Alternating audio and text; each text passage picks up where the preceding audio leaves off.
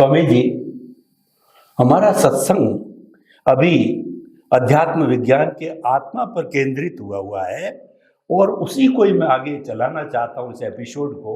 अभी हम ज्ञान दर्शन की बात कर रहे थे, तो इस ज्ञान दर्शन से जुड़ी हुई जो बातें हैं, प्रकृति और पुरुष की बात होती है। तो लोग जो जानते हैं प्रकृति मतलब ये सारा वातावरण, एनवायरनमेंट, पर्यावरण, लेकिन अध्यात्म विज्ञान की दृष्टि से, ज्ञान दर्शन की दृष्टि से प्रकृति क्या है। और पुरुष भी कहा जाता है, तुम पुरुष हो गए, पुरुषार्थ करो। पुरुष सामान्य बोलचाल की भाषा में व्यक्ति को पुरुष कहते हैं। अध्यात्म विज्ञान में आप पुरुष को क्या कहते हैं? तो कृपया ये प्रकृति और पुरुष को और ज्ञान दर्शन को जोड़ करके थोड़ा बताइए, क्योंकि ये हम महात्मा लोगों के लिए बहुत ही उपयोगी और सामान्य लोगों को भी इसकी पूरी जानकारी मिलेगी। प्रकृति पुरुष का ज्ञान दर्शन से संबंध जोड़ के बताओ। पुरुष शब्द का उपयोग लौकिक भाषा में स्त्री पुरुष के फॉर्म में करते हैं। पुरुषार्थ में पुरुष का मतलब होता है लाइव अहंकार, और वास्तव में पुरुष का मतलब होता है परमात्मा। पुरुष शब्द और परमात्मा को क्यों जोड़ा है? क्योंकि परमात्मा ही एक चीज है पुरुष के रूप में जो शाश्वत है। परमात्मा ही एक चीज है जिसके आधार से कर्म बंध होते हैं। परमात्मा ही ऐसी चीज है जिसके आधार से कर्म के भुगतान भी होती है। और परमात्मा एक ऐसी चीज है जिसके आधार से सनातन सुख का अनुभव भी होता है और सनातन मुक्ति भी प्राप्त कर सकते हैं। तो इस प्रकार से अध्यात्म में पुरुष का मतलब होता है मूल आत्मा जो सर्वशक्तिमान है, और बाकी अवस्था को स्त्रीलिंग लागू होता है। प्रकृति कैसी और परमात्मा कैसा, तो ये स्त्रीलिंग होता है।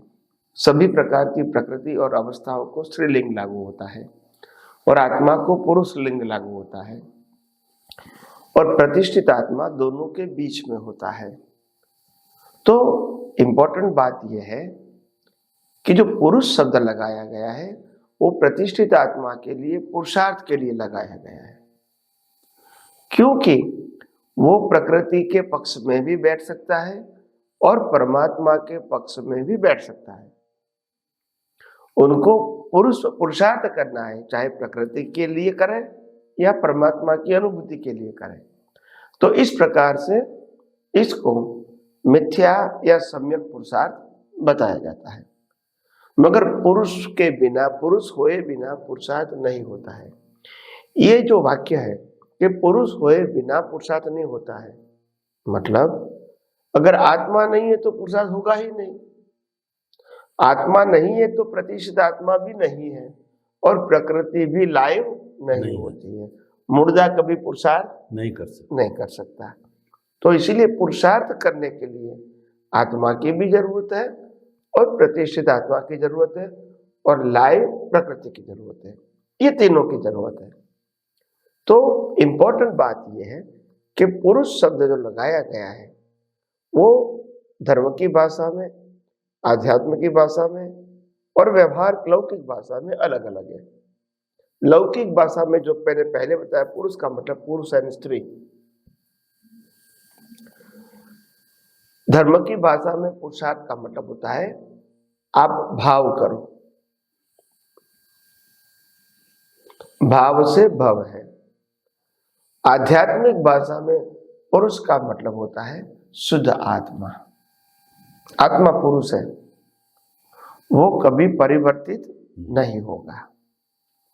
प्रकृति परिवर्तित हो सकती है और होती रहेगी, परमात्मा कभी परिवर्तित नहीं होता है। और प्रतिष्ठित आत्मा है वो तो हर समय या तो अज्ञान का विकास करते हैं या विज्ञान का विकास करते हैं। तो वहां भी परिवर्तन है प्रतिष्ठित आत्मा में।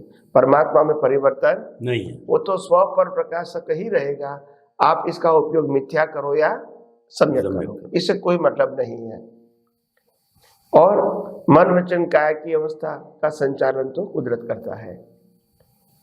तो तीनों में, प्रकृति, प्रतिष्ठित आत्मा और परमात्मा, तीनों में परमात्मा की बहुत बड़ी वैल्यू है।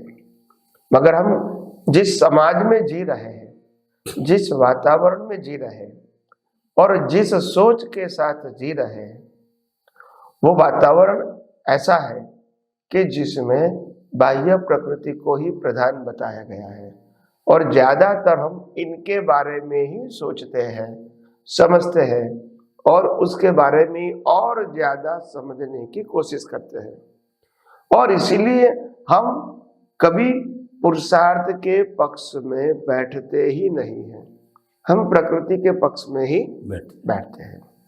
तो इसीलिए हम ये मानते हैं कि आध्यात्मिक जगत में आगे बढ़ने के लिए हमको आत्मा की वैल्यू समझनी पड़ेगी और प्रकृति क्या है वो कुदरती कानून से समझना पड़ेगा, ताकि आपको मालूम होगा कि प्रकृति की वैल्यू आत्मा के सामने कुछ भी नहीं है, मगर प्रकृति की वैल्यू संसार के लिए है, जीवन जीने का साधन। मगर उसकी वैल्यू करेंगे तो वो संजोग बार बार मिलते रहेंगे, तो उनकी वैल्यू जीरो करना है, इनको बदलना नहीं है। राग से भी वैल्यू नहीं करना है, द्वेष से भी वैल्यू नहीं करना है, वो न्यूट्रल रहना है। क्या करना है? न्यूट्रल रहना है, संभाव। हाँ, तो प्रकृति के अंदर न्यूट्रल रहोगे तभी आप आध्यात्म के मार्ग में आगे बढ़ सकते हो, अज्ञान को मिटा सकते हो और आध्यात्मिक डेवलपमेंट आप अनुभव कर सकते हो। तो आइए हम अगले एपिसोड में और ज्ञान दर्शन की हम बातें करते रहेंगे। स्वामी जी, आपका बहुत बहुत धन्यवाद। आपने त्रिवेणी जी, पुरुष और बीच के अंदर प्रतिष्ठित आत्मा और तीसरा हो गया प्रकृति। तो इस त्रिवेणी से जुड़ करके मैं एक दूसरी नई त्रिवेणी निकालना चाहता हूं। कई बार आपके मुखारविंद से मैंने सुना है कि जो है ये दृष्टि, दृष्टा और दृश्य, ज्ञेय ज्ञान और ज्ञाता, ध्येय ज्ञान और ज्ञाता, ये सब एक दूसरे से जुड़े हुए हैं। तो हम किस तरीके से जो है, आपने जो प्रकृति और प्रतिष्ठित आत्मा और पुरुष की बात कही, तो ये दृष्टा, दृष्टि और दृश्य के रूप में कृपया इसको हमको समझाइए।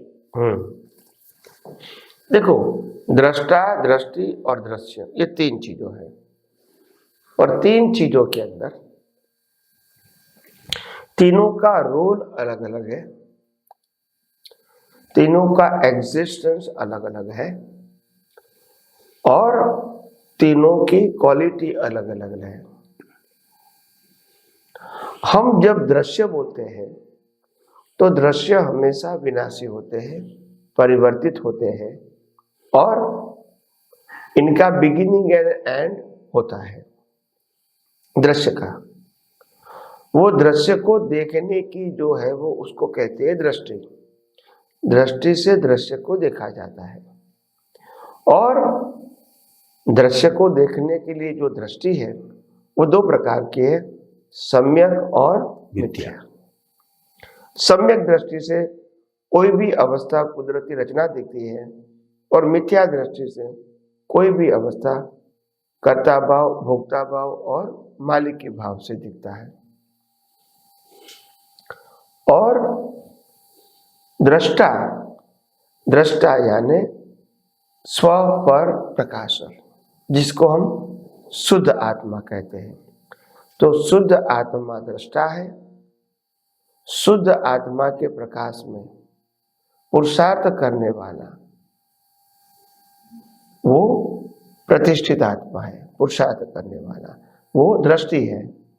और दृष्टि को जो दिखता है, समझ में आता है, जो परिवर्तित है, टेम्पररी है, वो सब दृश्य है। तो इस प्रकार से तीनों का अलग अलग रोल है। इसमें दृष्टि भी टेम्पररी है, दृष्टा भी टेम्पररी तो है, मगर उनका रोल परिवर्तित होता है। दृश्य तो टेम्पररी है, एक दृश्य फिर दूसरा, तीसरा। यहाँ दृष्टि एक अवतार में एक ही होती है, मगर दृष्टि का पुरुषार्थ का रोल अलग अलग होता है।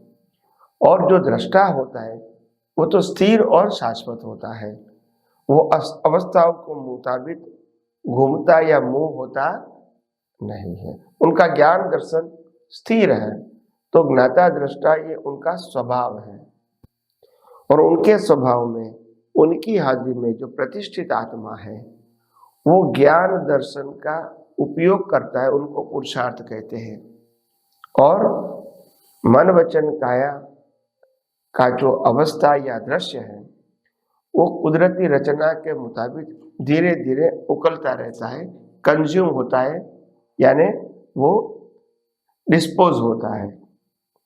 तो ये तीनों का रोल अलग अलग है, तीनों का अस्तित्व अलग अलग है। दृश्य कुदरत बनाता है, दृष्टि खुद का डेवलपमेंट है, और दृष्टा वो खुद है आत्मा के रूप में। तो इस प्रकार से तीनों का रोल क्या है, अलग अलग है।